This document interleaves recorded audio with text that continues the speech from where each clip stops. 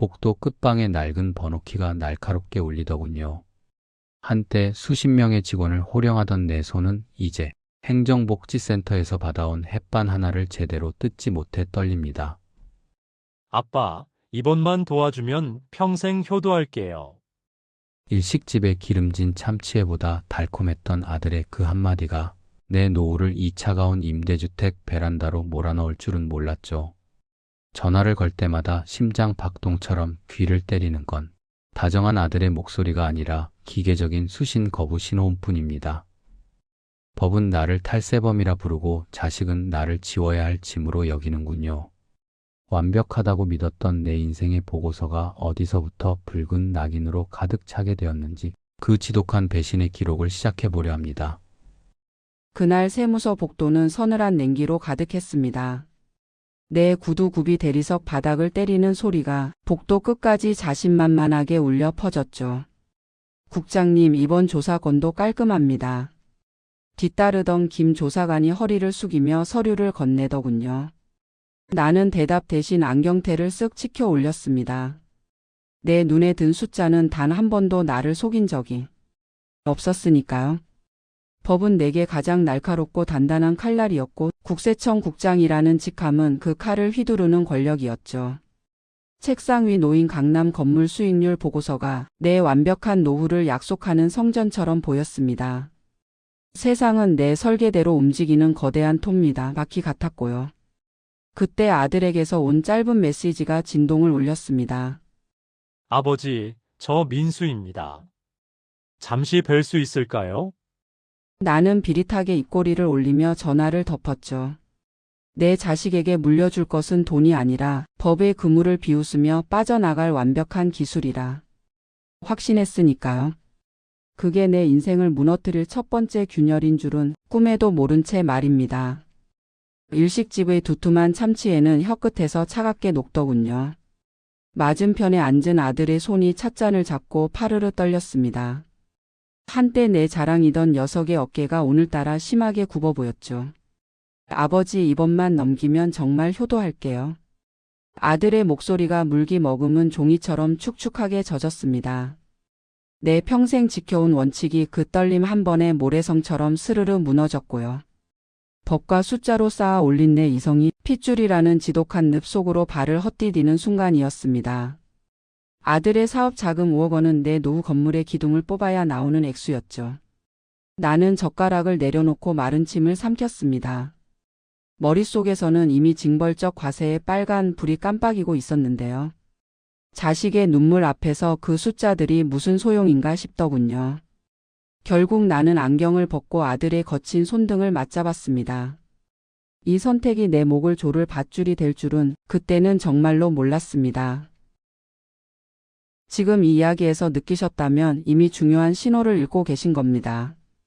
은퇴 이후의 선택은 더 벌기가 아니라 현명하게 지키는 것에서 시작됩니다.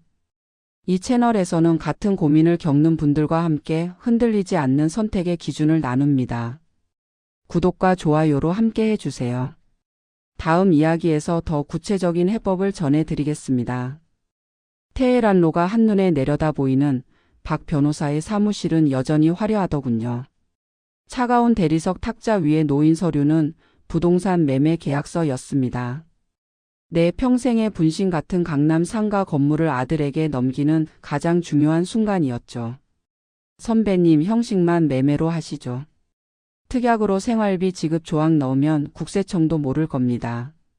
한때 내 밑에서 일했던 박 변호사의 말이 그날따라 달콤한 악마의 속삭임처럼 귀에 감겼습니다. 옆에 앉은 아들은 잔뜩 긴장한 채 넥타이를 느슨하게 풀고 있었고요. 녀석의 이마에 맺힌 식은땀을 보면서도 나는 내 판단을 의심하지 않았습니다. 양복 안주머니에서 아내가 선물했던 몽블랑 만년필을 천천히 꺼내 들었죠. 묵직한 펜의 질감이 손끝에 전해지자 묘한 흥분이 일렁거렸습니다. 내 평생 쌓아온 지식으로 국가의 세금 그물을 보란 듯이 빠져나가는 순간이라 확신했으니까요. 아들에게 50억 자산을 넘겨주되 세금은 한 푼도 내지 않겠다는 내 오만한 계산이 펜초 끝에 실렸습니다. 서명란에 내 이름을 힘주어 적어 내려가는 동안 심장이 조금 빠르게 뛰었지만 애써 무시했죠. 마지막으로 인감 도장을 쾅 하고 찍는 순간 아들의 어깨가 크게 들썩이며 안도의 한숨을 내쉬더군요. 아버지 정말 감사합니다. 이 은혜 평생 갚으며 살게요. 그때 창밖으로 마른 번개가 치며 순간적으로 사무실 안을 하얗게 밝혔습니다. 나는 그저 내 완벽한 설계에 취해 스스로 만든 덫에 발을 깊숙이 집어넣고 만족스러운 미소를 짓고 있을 뿐이었습니다. 전문가 분석 1 파산 전문 변호사. 이 사건의 비극은 주인공의 법적 오만에서 비롯되었습니다. 과거의 지위를 과신해 국가 시스템을 속일 수 있다고 믿은 것이 가장 큰 패착입니다. 직계비속 즉 부모 자식 간의 부동산 매매 거래는 과세 당국이 가장 먼저 현미경을 들이대는 초고 위험 거래입니다. 자금 출처가 불분명한 아들에게 거액의 부동산이 넘어간 순간 그들이 작성한 이면 계약서는 법적 효력을 잃은 휴지 조각이 됩니다. 대한민국의 세법은 형식이 아닌 실질을 따지기 때문입니다.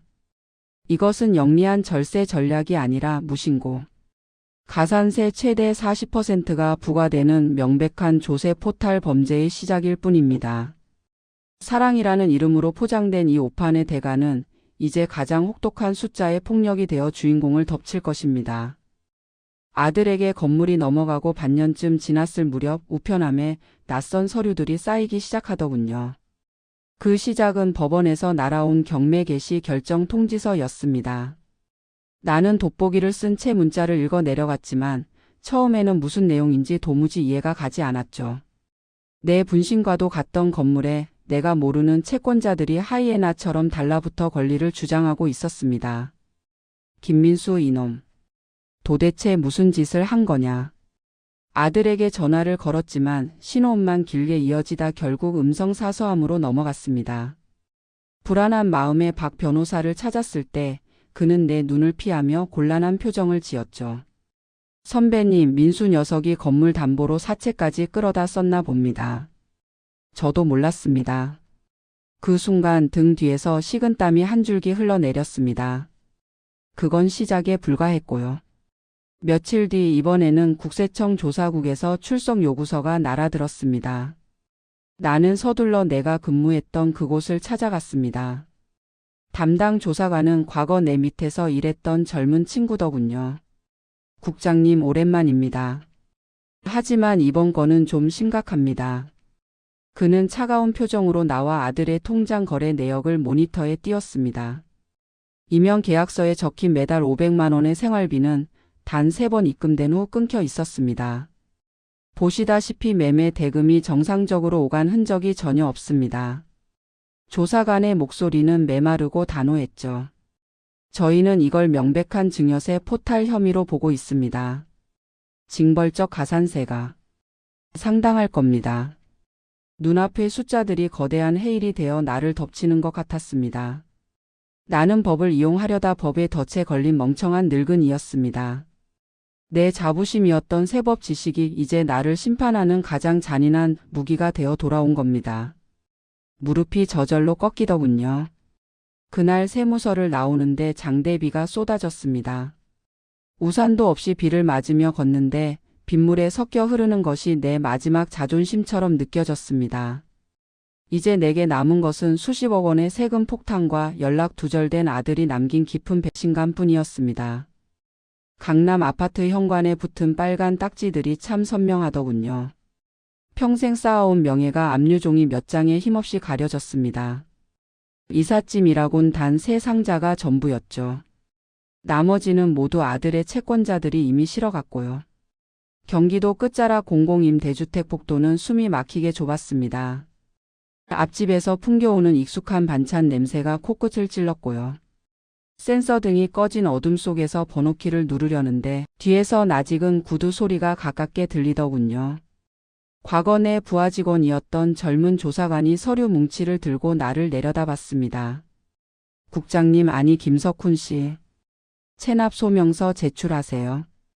그는 나를 스승이라 부르던 그 눈빛이 아니었습니다. 나는 대답 대신 낡은 상자 모서리를 꽉 움켜쥐었죠. 수억 원의 세금 앞에 부모의 자존심 같은 건 무용지물이나 다름없더군요. 무릎이 떨려와 벽에 몸을 기댔지만 시멘트는 얼음처럼 차가웠습니다. 한때는 세상을 내 발밑에 두었다 믿었는데 말입니다.